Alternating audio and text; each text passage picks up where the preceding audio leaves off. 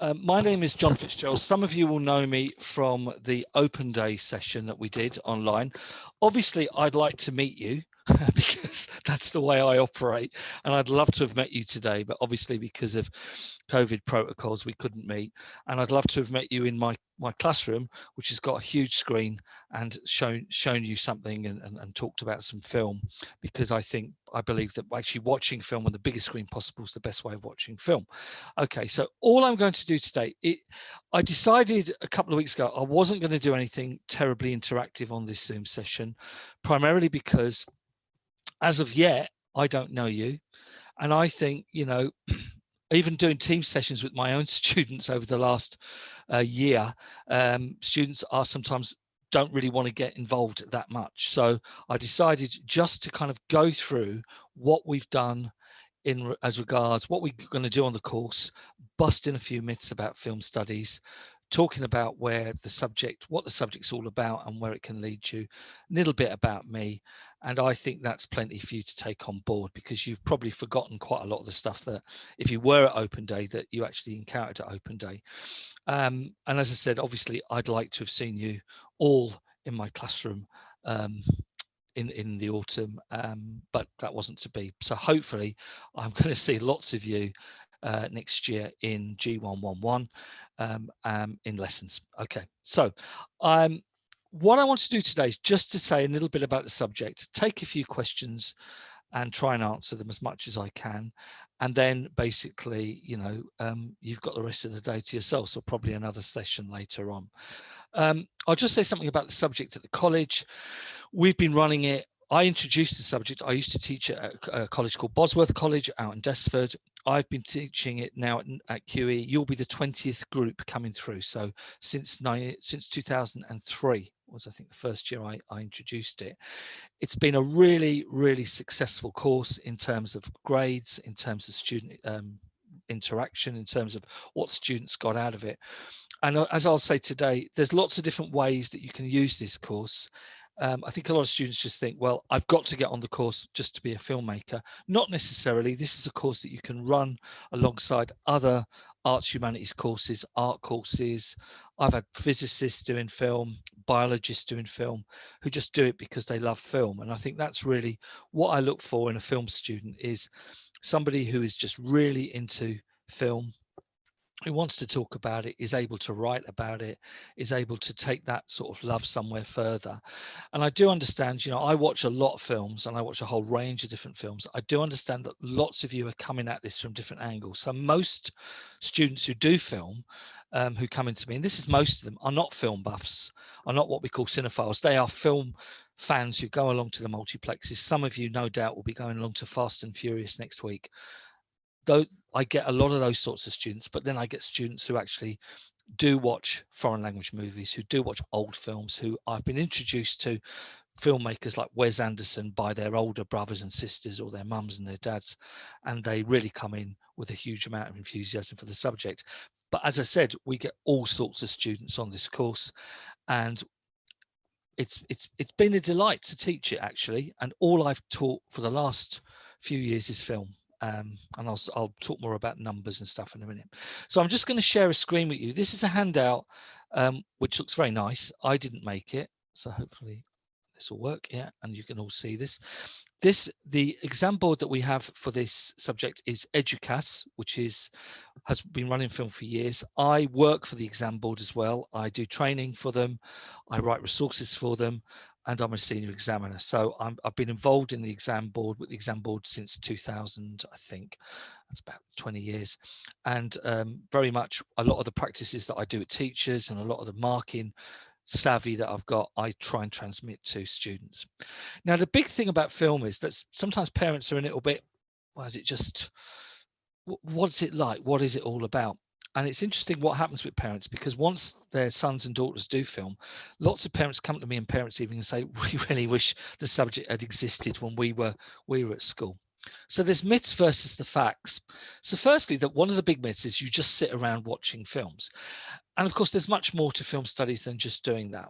obviously, when we watch a film for enjoyment, we just watch it, and we just sort of watch it very, very passively, because we're enjoying what's going on. We're looking at the excitement of the event. What we do in film is we watch it a little bit more deeply. So that depth of study comes from watching it, thinking about it as an art form, as a form of visual storytelling. And it really does enhance your understanding of the world in terms of values, attitudes, and beliefs as well. So I do a lot of work on representation. I do a lot of work on how gender works, sexuality, race, ethnicity, but also how society, what kind of societal messages we're getting from the films that we watch, particularly with British cinema. And the course also incorporates creative projects. So my students at the minute, my first years, I'm starting to do some filmmaking with them, also some screenwriting. So it does incorporate a practical element. So if you want to make a short film, or you want to write a short screenplay, this is an ideal opportunity for you to do that. And I think, I've had some wonderful films this year, despite lockdown. The next one is an interesting one, is that film studies is easy, and it's an easy option, and it's a bit of DOS. I think some students do come in with that in mind, and they think, this is going to be pretty straightforward because we're going to watch lots of films. But actually, yes, it is enjoyable and it is worthwhile, but you are going to be constantly challenged and excited by the course. The way that I see film studies is quite different to even our sister subject, which is media studies, which I'll come to towards the end of the session. Is that it's English literature, but without the poems, without the novels, actually looking at films in that kind of literature way that you've been doing at GCSE. So is it easy? It's easy if you enjoy it. I'm not a mathematician, all right? My maths is kind of solid, but I was never a great mathematician. But I had a friend who was a brilliant mathematician. For him, maths was dead easy, right? For me, it wasn't. And I do sometimes get students who find film quite difficult because they've got to write quite extensive essays. They've got to deal with concepts like ideology, spectatorship. They've got to start looking far more deeply into film than they've been used to. So in many respects, it can be easy if you enjoy it, but it's going to be challenging, certainly, whatever way you come into the course. Okay. And we do a whole range of different types of cinema, which I'll come to towards the middle of the session. But I'll say it now, we look at Hollywood, we look at British, we look at silent, we look at different time periods. So we will be looking at films that ordinarily you wouldn't watch. And what I'll do is point you in the direction of films that perhaps that turn up on TV or on Netflix that also do not necessarily are not sort of the films that you watch as well. The next option is a really interesting one about universities not seeing film as a viable entry option. I think that's always been a myth. I think it's been challenged a great deal in recent years because I think universities want the best sorts of students, and we often get very good students who do film. What happened last year was that 2 of my students, for the first time ever, went to Oxbridge. So I had one who went to Cambridge and one who went to Oxford. If you told me that 15 years ago, I might have thought, wow, that will never happen, but it did happen. So I do get students who go to Russell Group universities, if that's something you want to do, if you're a high achieving student with film studies. My only bit of advice on that would be to do film studies alongside more traditional subjects, such as, say, English literature, history, rather than perhaps other subjects that are fairly non-traditional if you want to go to Russell Group. So, they do accept film studies. Film studies is studied at lots of universities across the land as well, and that's increasing in these sort of top universities too. So if your parents are saying, well, this would really affect your university choice, I'm not lying to you. I'm telling you the truth. Both Hermione and Nathan went to Oxford and Cambridge last year, respectively. And I've had students who've gone to places like Warwick. I've had students who've gone to places like Liverpool and Nottingham and Bristol and Durham. So, over the years, students have done that. Most students do tend to go to sort of places like DMU, which are also offer an excellent sort of set of degrees. The last one's an interesting one about no jobs in film. And it is, of course, things are a little bit uncertain at the minute with jobs everywhere in every sector. However, there are jobs in film, that basically we've got a huge streaming industry. We've got a huge industry which is all about sort of like content. Netflix, I know, are building a studio near Birmingham, and I have had students who've gone on and got jobs and made films, made feature films um, from this course. Okay, there are a range of job in the industry. However, this doesn't have to be a means to an end. You can do film studies alongside, say, hypothetically, psychology and history, and then you can decide, well, I just really enjoy film, and that's why I'm doing it. But I'd like to do a history degree, or I'd like to do an English literature degree, or I'd like to do a sociology degree. Okay, so it doesn't have to be that. However, it can be that as well. And this year, quite a few of my students are going on to study and do film production at university. A few years ago, we did do an open day where we had lots of people back from jobs that I was still in contact with who were working in the media industries. One of my students, and I often tell this tale, is a student called Tom, who weirdly enough used to live next door to me in Elston. And he came in not with fantastically brilliant grades from Lancaster Boys, worked really hard, got a C on the A level, took a year out, went to Leeds University, one of the universities in Leeds, and ended up getting a job sort of initially taking photographs at nightclubs, and then making videos at nightclubs, and then making videos of DJs at nightclubs. That gave him a route into MTV Base, where he got a job, and since then he's been involved in working with Nike, working with MTV, interviewing Will Smith, working with Cristiano Ronaldo, Lionel Messi, and it's kind of like, this is a boy basically from Elston who went to Lancaster Boys. And I've had other students as well who've got editing jobs, sound jobs, directing jobs, all sorts of jobs in the industry. Okay, and also obviously in things like distribution, so things like promotion of film, so poster production, marketing, etc. So there are jobs, they are sought after, but all the top jobs are. But if you're interested in seeing sort of like a career route, there is one, but you've got to work really hard and do quite a lot more outside of the film course. Okay. But as I said at the bottom, if you see, there is film journalism, film criticism, teaching, education, and this can be the starting point for those sorts of jobs, and they do exist, despite what people say. Okay. So in terms of the course itself, basically we study 12 films or 11 films with some short films. And these films are set films, and I choose them. And I've basically chosen films that have worked previously with students. So we do Hollywood 1930 to 1990. I do 2 films for that. I do a Hitchcock film, Alfred Hitchcock, called Vertigo, which goes down. Initially, students aren't so sure of it. And then when they start to unpick it, they find it probably one of the best films that we do on the course. And I do Spike Lee's Do the Right Thing. I'm probably going to keep more or less the same set of films that I've done for the last 3 or 4 years. There might be a couple of changes over the 2-year course.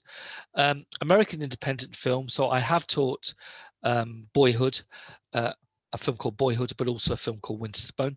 British cinema, I have taught things like This Is England, which some of you will know. We Need to Talk About Kevin by Lynn Ramsey, also Train Spotting. European cinema, at the minute I teach a film called Victoria, which is all in one take. It's a fantastic German film. I also teach some global cinema. I teach a film from Iran called Taxi Tehran. I also teach some documentary. I teach a film called Amy, which is about Amy Winehouse, if you know who Amy Winehouse is. We do some silent and experimental cinema in the second year, both of which have gone down really well. And we do some short films, and we do some short films really to give you some ideas about the kinds of film that you would like to make yourselves, the kind of screenplay that you'd like to make as well. Basically, what I do start with the terminology of film. So things like cinematography, mise-en-scène, the core areas, editing, sound, and performance. So we look at all of those things in quite a lot of detail. And I basically teach you the language of film, which in itself is a kind of a whole other subject. And what I've been marking mocks today for my first years, and what has been encouraging is quite a lot of the students are using those terms that we did in the first term actually, and are using the terminology, the right language really to describe the films that they're watching. Okay. So assessment, because there's always questions about assessment. We're not doing the AS. there are 2 exams. As I said, I'm a senior marker on one, which is component 1, and they're both worth 35%. And then the production, which is the NEA, or the non-examinable assessment, that's worth 30%. So the exams are 150 minutes long. I know it's a long way in the future, but it's the kind of question I get asked all the time. And basically, they're essays, there's 7 essays. So what I will do, I have taught English in the past as well. I will teach you how to write exam style responses in film. I will give you all the information about how to do that. And I think what hopefully comes through the best film students is a really good interaction with the text that they're using, and a really good kind of, you know, feeling for film, which is I think the most important thing about the course. Okay, it's not a course to do, I think, if you think, well, you know, I don't mind films, but you know, I'm not really bothered about them, you know, it's just an option because I couldn't think of a third option. I think, you know, I would hope that if you start the course, that over the 2 years, and most students, vast majority, do improve and show progress, that you will be developing your own kind of strategies to watching film, your own kind of philosophy of watching film, watching, as my ex-students always say, watching weird films, which I like to do myself, odd, strange, challenging films, and actually getting something that's beyond just an exam.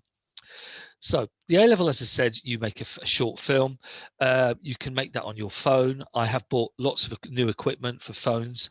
We do have cameras here, and we do have editing equipment as well, which I'm trying to sort out at the minute to get refined for my current first years. Or you write a screenplay, and again, I will teach you how to do that, and you also do a storyboard, and you do an evaluation of that. So finally, and then I'll just say some other general things and then take some questions. What skills will I develop? I think all the A-levels, like the GCSEs, do develop certain types of skills. And some of these skills are what I call hard skills, and some of them are soft skills. And this year's been, for me, a really challenging year in film studies, because I actually really enjoy getting students to work together and do group work. And that's been difficult because of the COVID restrictions. I'm hoping, touch wood, next term, that when I get my 3 groups, it's looking like 3 first year groups in, that all of my groups are able to mix and mingle and talk to each other and meet each other and, you know, become friends in a sense. So that's a soft skill, working together, being part of a group. So creative thinking, obviously, to do with the coursework. Critical thinking, really important in terms of responding and writing about films. Emotional intelligence is being able to sometimes look beyond the text to actually discuss and think about what that film actually means, or what that sequence means. We do a lot of sequence analysis, a lot of scene analysis. Obviously, film analysis, which I think is really, really important. Textual analysis as well. Okay, so looking at the films as text. Communication, talking to each other, talking to me. Hopefully I'm going to get back more presentations next year, which I've not been able to do this year because of COVID restrictions. Some research, going beyond the film. Literacy, obviously so important in this subject. So coming in with a good grade in English, really, really vital. And also some degree of technical competence, and that can be around film editing, around shooting a film, but also around writing too. And you know, students of film studies are the students of the future, gaining the skills needed to develop successful careers and great academic minds. And as I said, lots of my students over the years have gone on and done fantastic work, really, at university and, you know, in various sorts of jobs, and just also had a really good experience. And I think, you know, most of the students, I'm not just saying this because it's my subject, it's their favorite subject, and certainly becomes their favorite subject. And even students who we lose along the way, who leave college early, they say, well, I'm not leaving because of film, I'm leaving because of other things. And, you know, but we've really, really enjoyed doing film studies. And, you know, I'm a film buff. I watch a lot of films. I watch, you know, at least 3 or 4 films if I can a week, if I've got time. Whether I do them at the cinema, if I use my laptop, if I watch stuff on DVD, Blu-ray, and just keeping that interest for me is incredibly vital. What we've also got is we've got a specially designated classroom, which you haven't seen yet, of course, because you've not been in, unfortunately, which has got dark walls. I've got a 90-inch screen. We've got 4 speakers, really good sound. So it's not like perhaps if you've done a bit of film at school before, and you've watched it on a telly or on a rickety or projector, is actually a very, very good system. It's the best system that we've got. We've also got an eStream, which means that you can access most of the films that I teach from home, so that, if you're preparing an essay or you're revising, you can actually access those films quite easily.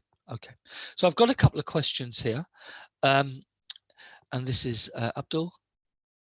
He says, I have a question. Is special effects part of film studies or separate? Visual effects, we do talk about visual effects. I don't talk about them a huge amount because they don't come into lots of my films. I mean, obviously, Inception, which is the film that I teach, definitely comes into that. So it is part of looking at editing techniques. It's also part of looking at cinematography as well. So hopefully that's answered your question. Claudia's question, and please put some questions up. I will answer anything. I think we've got about 10 minutes left. I will do that. Right. So how collaborative are the lessons? Are there many discussions, debates? Yes, there's loads of discussions, loads of debates. We do talk a lot. There's lots of, I don't do hands up very much. I sort of ask direct questions. So it will be really, really important to talk to each other. As I said, this year, we've really struggled to actually get groups. How often do you make films? You make one film. But what I would say to every student who's thinking about doing film is you should be making little films on your own, and you should be experimenting with little techniques on your own as well. Because if you do go to university, they may well want you to have a portfolio. And unlike, say, BTEC Media, this isn't a portfolio subject. Right, Liam Fitzgerald, who's my son, who's asked me, it's a good question actually, do I need to have done media at GCSE to do film at A-level? No, you don't, absolutely not. What you do need is at least a 5 in English. So that's what I would say. So you're able to write essays. Okay. How big are class sizes? It really depends on what the intake is. At the minute, it's looking like 3 groups. So it'll probably be fairly decent class sizes, which is sort of 17, 18. Although this year, my second years, I had a lot of second year students, which is year 13 technically. I did have very big groups. So I'm hoping next year we'll have nice smaller groups. So it'll probably be between 18 and 20, which is far less than lots of other subjects, which sometimes have 24, although I have had groups of 24, which are difficult, actually. I prefer to have a smaller group. For the films we make, can we use animation and art? Yes, you can.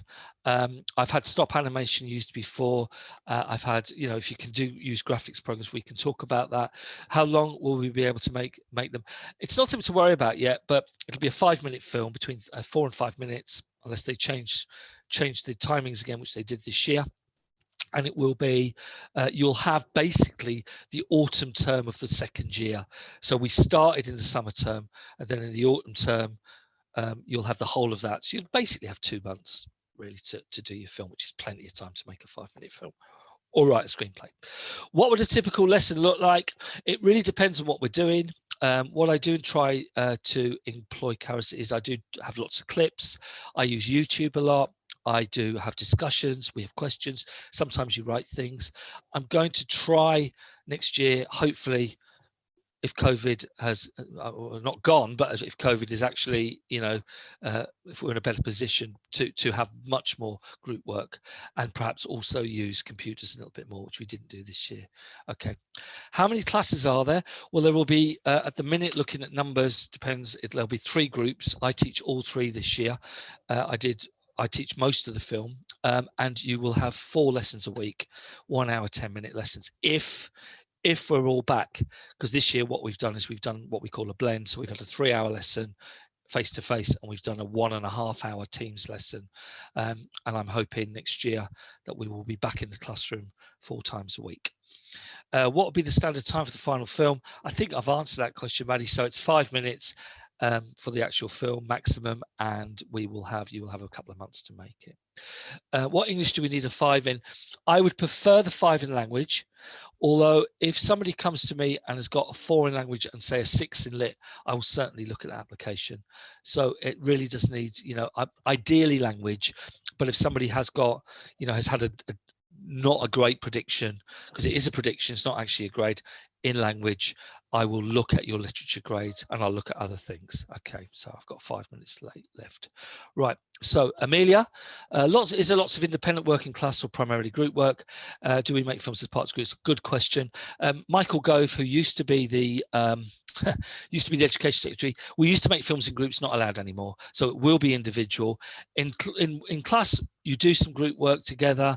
It all depends on the task, but in terms of the film, you have to make it individually. Obviously, you'd have actors in your film, and you shouldn't be in your film. You just have actors. Most of the films you make directed by men. Take gender, race, and directors into account. Yes, I do. I do films by women. Lynn Ramsey, certainly, who did We Need to Talk About Kevin. It depends on what's on the course and what works.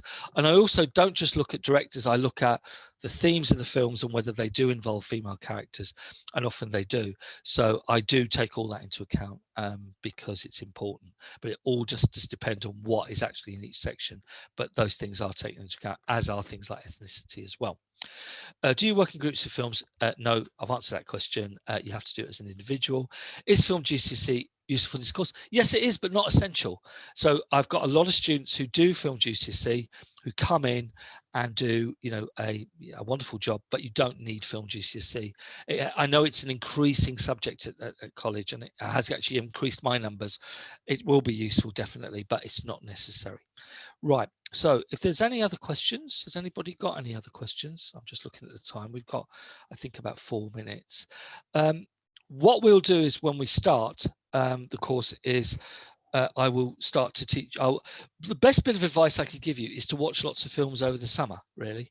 We have got, in terms of screenwriting, how in depth do we go? In terms of the teaching, I will teach you how to write dialogue, how to write directions. You don't talk about camera angles or anything like that in a screenplay. But really, we will talk about character development, about plot. You will have a brief as well linked to that too. One of the things I would say, just finally, is that lots of students, it's just watching films. And I will, Netflix has got some excellent films. The Disney Channel now has got 20th Century Fox films. Film 4 is a really good repository for film. Lots of really interesting films turn up on telly, old films, etc. We have got an e-stream, so when you get in, you can access that. But I think the best film students for me are the students who watch more and more and more films. Are there any films that you would recommend we watch specifically over the summer to prepare? If you can, I would certainly watch, if you can get hold of some Alfred Hitchcock films, because that will be useful, or some Spike Lee films. So if you've got Netflix, I know not everybody does, watching something like Black Klansman by Spike Lee, or watching something like The Five Bloods by Spike Lee. Both of those films would be really useful. If you can access any Hitchcock, that would be useful. Annie Shane Meadows, that would be really useful too. Yes, we do talk about character dynamics. We do talk about that in terms of performance, in terms of what we call character arcs. We do talk about that a great deal in terms of how a character develops, and maybe start to look at those sorts of things in film, about how a character does sort of, develop within a narrative, within a story, and what happens to them and why things happen to them at particular points in time. The other thing I would just say, back to Harry's sort of question, is when you're watching a film, even if you're going to see The Fast and the Furious, just look at the way it's shot. Just look at what's in front of the camera. Look at how the editing works. It's going to be very quick editing in that film.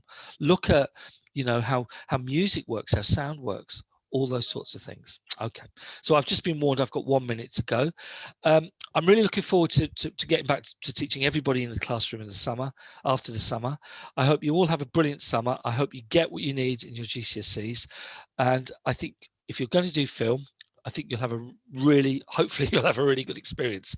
But do just watch lots and lots and lots of films. That's what I would say. Okay, right. So if there's no other questions, I'm going to sign off.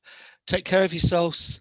Enjoy the summer. Hopefully the weather's going to improve, and hopefully I'll see you all in September. Okay, take care.